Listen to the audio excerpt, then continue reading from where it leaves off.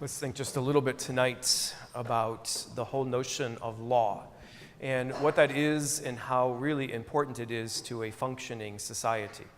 What I mean by that is that we have certain laws and regulations in which we follow.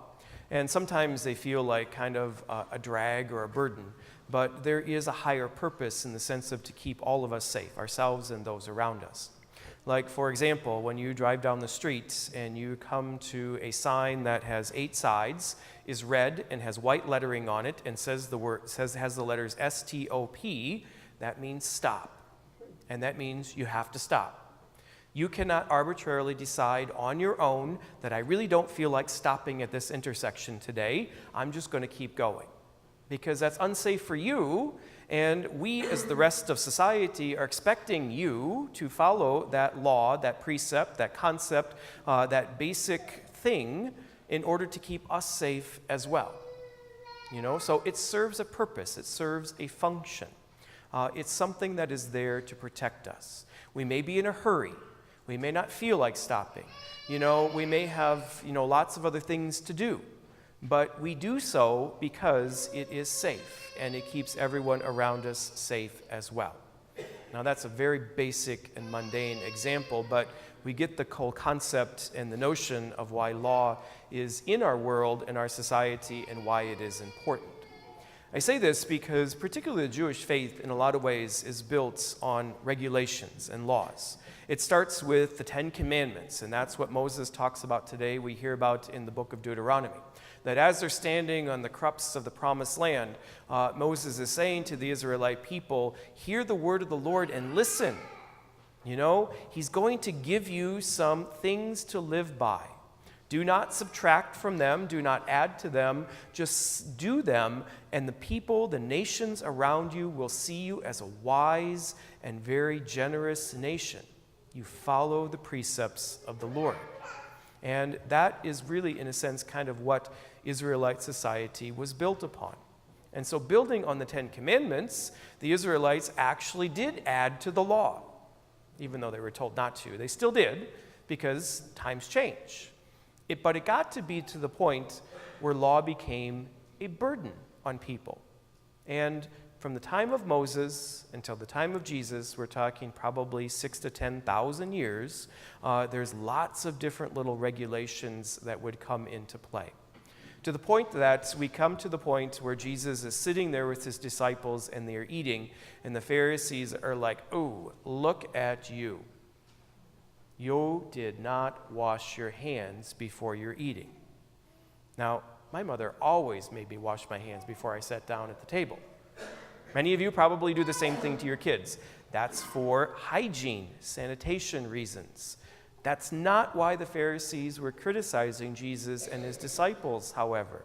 They were criticizing his disciples and Jesus more so on spiritual reasons. Because over the course of time, it began kind of the custom that you would just sort of kind of like dip your hand into a pail of water and you go like that before you would eat. It symbolically, in a sense, said that you were clean, that you could eat, not, physically clean, but that you were ritually purified yourself, and that the food you were going to eat was pure as well.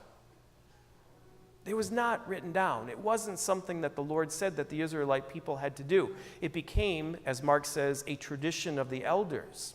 But people took it to be something that you absolutely positively had to do. What if law became a burden?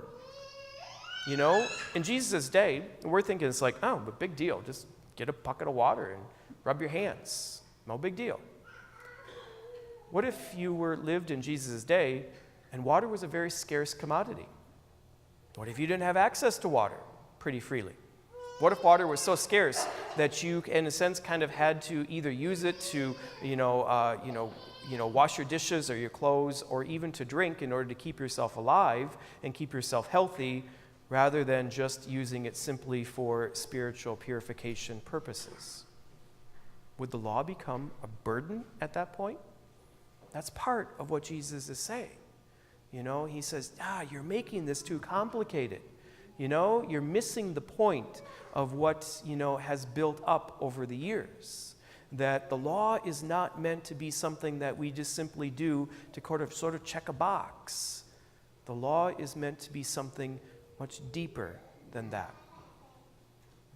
St. James, in our second reading, in a sense, kind of gets to the hearts of what religion is as well.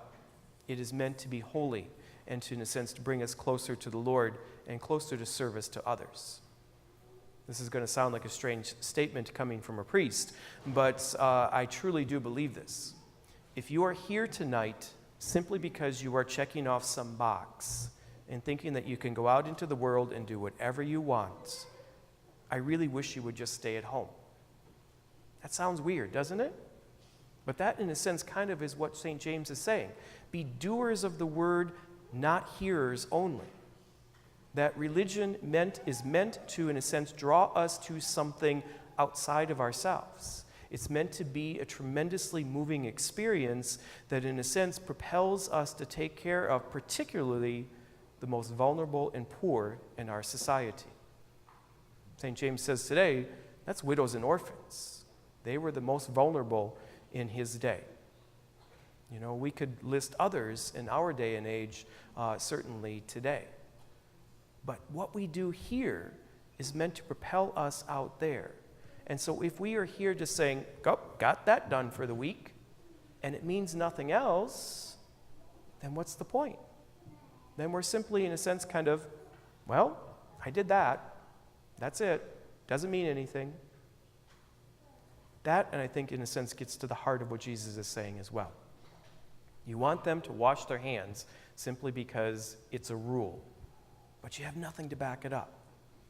That gets to the heart of really, truly what we are doing here as well. This is meant to bring us closer to the Lord, in a sense, to bring us out there into the world. So why are we here? That's a good question. Think about that as you go about the week. And truly, what does this mean?